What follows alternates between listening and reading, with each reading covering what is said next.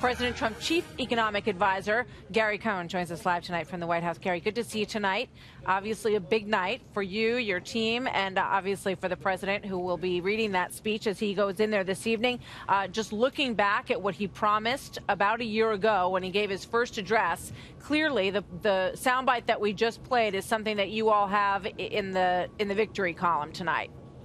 Absolutely, Martha. Thanks for having us here. And absolutely, the president a year ago, when he was addressing the joint address, talked about the importance of tax reform and what tax reform would mean to the American economy and, more importantly, what it would mean to the American worker. Obviously, the president fulfilled that promise to America. He delivered them tax reform by Christmas of last year. It's signed into action, and we're now seeing the real results of tax reform.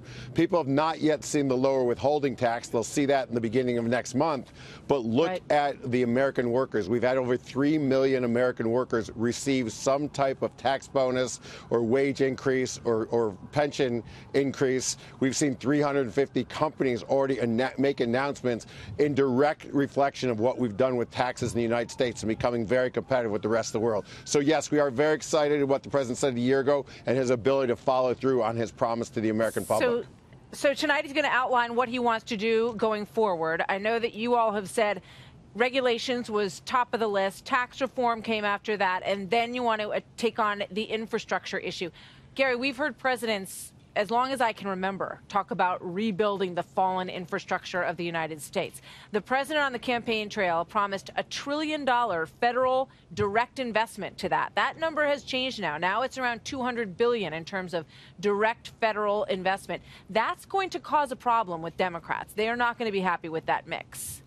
Look, as you said, Martha, we had a three-prong attack. We did do reg reform, and we're not done with reg reform. So no one should think we're done with reg reform. We're just getting started with reg reform.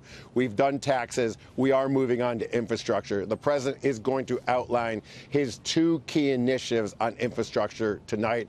He's going to talk about investing $1.5 trillion in infrastructure, and equally, if not more important, I actually think it's more important, he's going to talk about the arcane approval process that we have for approving infrastructure in the United States. It takes almost 10 years to get a normal road approved in the United States. We need to speed that process up to 2 years or less. There's an enormous amount of money in the system that can be invested in infrastructure. We're just not allowing it to be invested. We have to allow that money to be invested in the system, and the president is really committed to get that done. Yeah, I mean, I think that's something that will resonate with a lot of people, and the lifting of regulations across the board in the corporate sphere has been met with a lot of applause from American businesses, to be sure. So making that path easier for infrastructure is going to be very important. But, in terms of finding a place to get middle ground and to get this infrastructure package approved, does the White House feel like there's anything that Democrats are going to meet you halfway on and allow the president to, have that signing ceremony at the White House and give him that moment? Will they meet him halfway?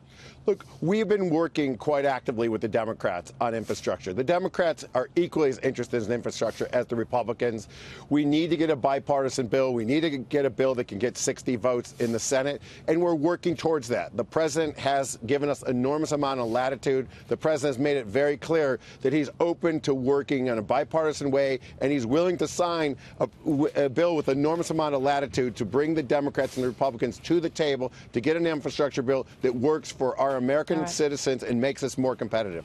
Gary, I just have about a minute, but I want to ask you one last question. The market down strongly today, down yesterday as well. Healthcare stocks were down, partly on what we saw in terms of the deal between J.P. Morgan and Amazon and Buffett to kind of take some of that healthcare burden into a corporate environment. But there's also concerns about rising interest rates because the economy is very hot. Yeah. Look, let's not look at 2 days in the market.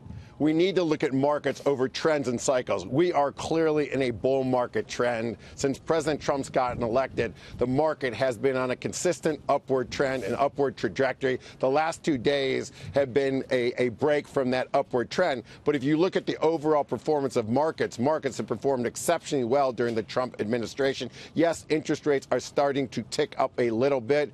People are debating whether inflation is coming back into the system or not. Actually, what those three companies did did today on healthcare is anti-inflationary. They're merging together into a nonprofit healthcare provider to save healthcare costs. So when companies do things like that and are creative, and we're actually encouraging that, and we're encouraging it in small and medium-sized businesses as well, those things are anti-inflationary. So there is still a big, broad question out there whether inflation will come back into the system or not. Gary, thank you very much. We'll be watching, as you will, I know, from the White House. Good to see you tonight. You're very welcome. Thanks for having me.